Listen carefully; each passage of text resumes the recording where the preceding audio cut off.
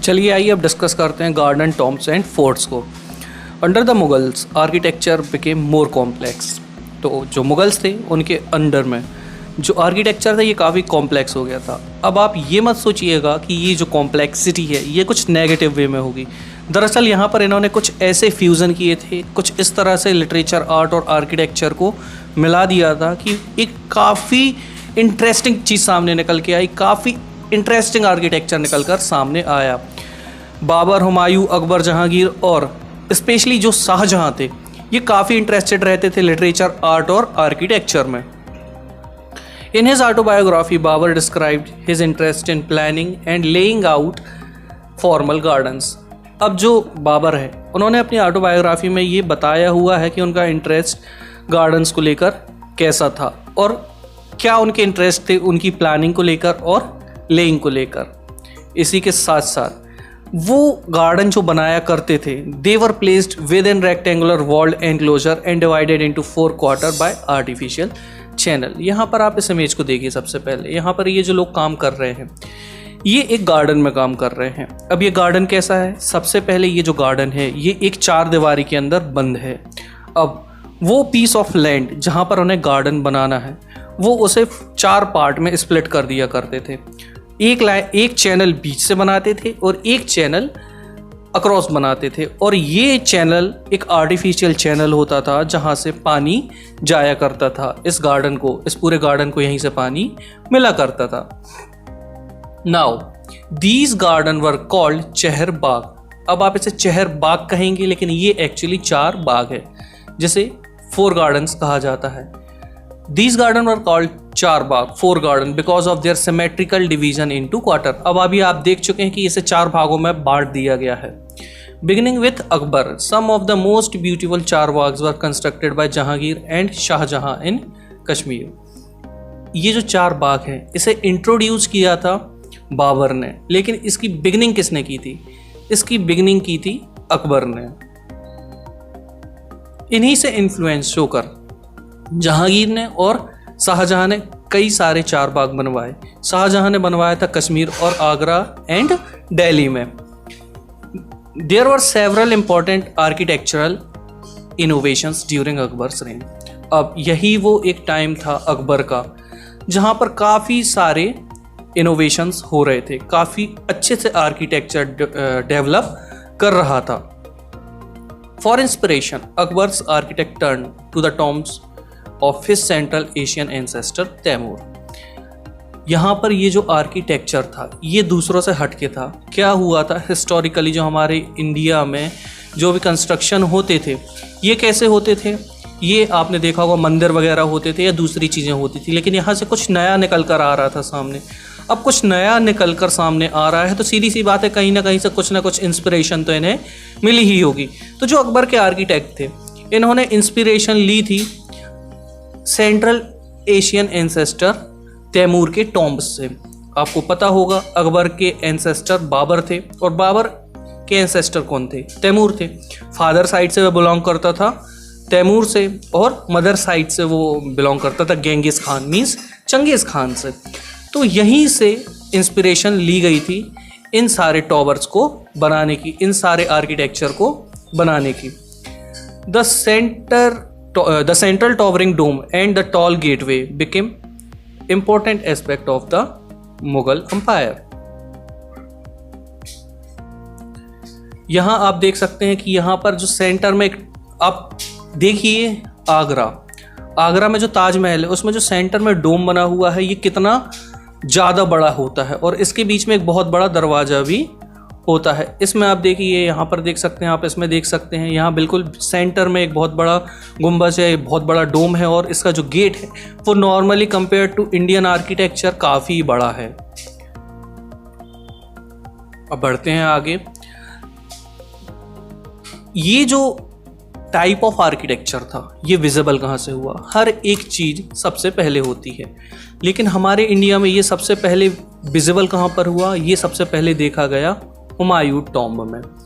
The tomb was placed in the centre of a huge formal Charbagh and built in the tradition known as 8 paradises or Hasht behest. इसे ऐसे समझिए कि जो tomb था इसे place किया गया था 4 बाग के अंदर।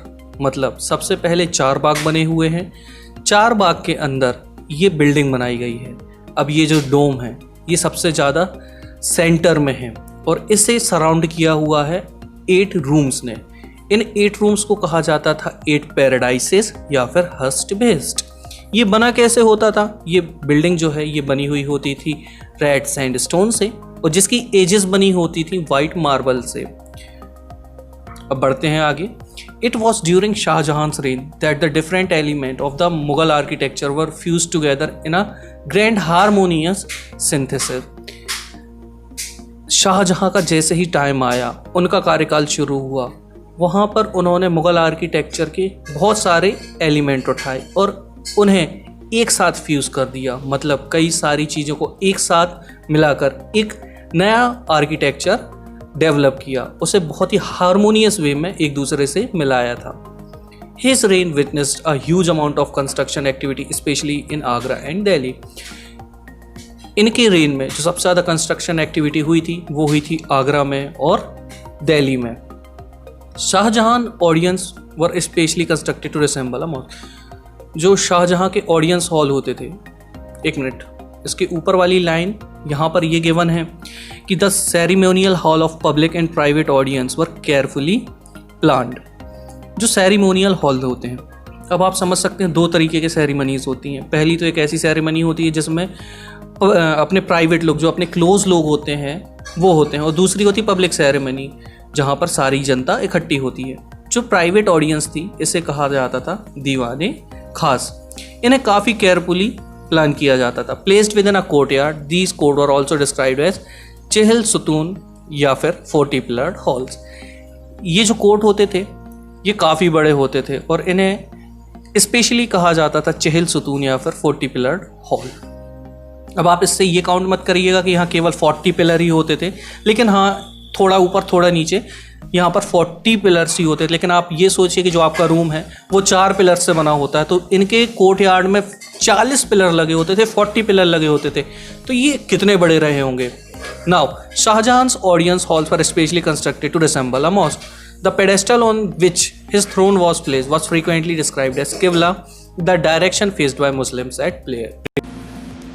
जो शाहजहां की ऑडियंस हॉल है उसे कुछ इस तरह से कंस्ट्रक्ट किया गया था कि वो एक मस्जिद से, एक मॉस्क से रिजेंबल करे, वो उससे मिलती जुलती दिखाई दे। इसके बाद जो पेडेस्टल था, पेडेस्टल मतलब सिंहासन, उसे जिस जगह पर रखा जाता था उसे किबला कहा जाता था। अब किबला क्या है? किबला वेस्ट डायरेक्शन को कहा जाता है क्योंकि इसी ओर है मक्का मदीना, जहाँ पर हमारे मुस्लिम ब्रदर उस डायरेक्शन की ओर फेस करके अपनी नमाज को अदा करते हैं। Since everybody faced that direction when court was in session, the idea of the king as a representative of God on the earth was suggested by architectural features. पहला तो ये आइडिया जो था, ऐसे कुछ आर्किटेक्चरल फीचर्स को develop करना था। ये तो आप समझ गए होंगे कि वो रिप्रेजेंटेटिव ऑफ गॉड दिखाई दे। जब भी यहाँ पर सेशन चलता था तो जो सारे के सारे मुस्लिम होते थे वो वेस्ट की ओर फेस किया करते थे और इससे एक फील्ड डेवलप होती थी, एक माहौल डेवलप होता था जिससे शाहजहां को representative of God on the earth समझा जाए।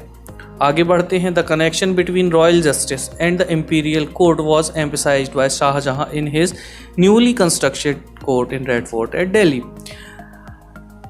2 चीज़ें समझने लायक हैं, पहला है रॉयल जस्टिस और दूसरा इम्पीरियल कोर्ट। रॉयल जस्टिस मतलब जहां लोगों को न्याय दिया जाए और इम्पीरियल कोर्ट मतलब जो राजा है उसके दरबार में रह रहे लोग जो राजा के काफ़ी करीब हैं। अक्सर क्या होता था कि इससे पहले की जो डायनेस्टीज थी वहाँ पर इनके जो रिलेशंस होते थे वो इतने अच्छे से नहीं चलते थे। क्यों नहीं चलते थे? आप खुद समझिए कि जब कोई व्यक्ति राजा का करीबी होगा तो कुछ कहीं ना कहीं किसी न किसी वे में जस्टिस को फॉलो नहीं कर रहा होगा, कुछ ना कुछ क्राइम कर रहा होगा। तो यहाँ पर 2 कंडीशन बनती थी राजा के पास कि या तो वो सच्चाई का साथ दे और अच्छे से जस्टिस प्रोवाइड करे और उस अपने करीबी से दुश्मनी कर ले, या फिर वो जस्टिस को फॉलो ना करे और उस करीबी का साथ दे। लेकिन शाहजहां के टाइम पर इस पर काफ़ी फोकस किया गया कि इन दोनों के बीच का जो रिलेशनशिप है ये काफ़ी अच्छे से चलता रहे। Now behind the empress throne were a series of pietra dura inlays that depicted the legendary Greek god Orpheus playing the lute. अब इसी के साथ साथ जो एम्परर का थ्रोन था उसके पीछे पीत्रादुरा इनलेस थे, मतलब वहाँ पर डिज़ाइन बनाई गई थी एक ग्रीक गॉड की। इन ग्रीक गॉड का नाम क्या था? ऑर्फियस था। और इनकी जो इमेज बनाई गई थी वो बनाई गई थी वीणा को बजाते हुए, Orpheus playing the lute. It was believe that the Orpheus music could calm ferocious beast until they coexisted together peacefully। ऐसा माना जाता था कि जो ऑर्फियस का म्यूजिक है ये बहुत बड़े बड़े राक्षसों को, बहुत बड़े बड़े जानवरों को शांत कर सकता है और एक साथ वे सभी रह सकते हैं। ऐसी पावर थी ऑर्फियस के म्यूजिक में। The construction of Shah Jahan's audience hall aimed to communicate the king's justice would treat high and low as equal, creating the world where all could live in the harmony।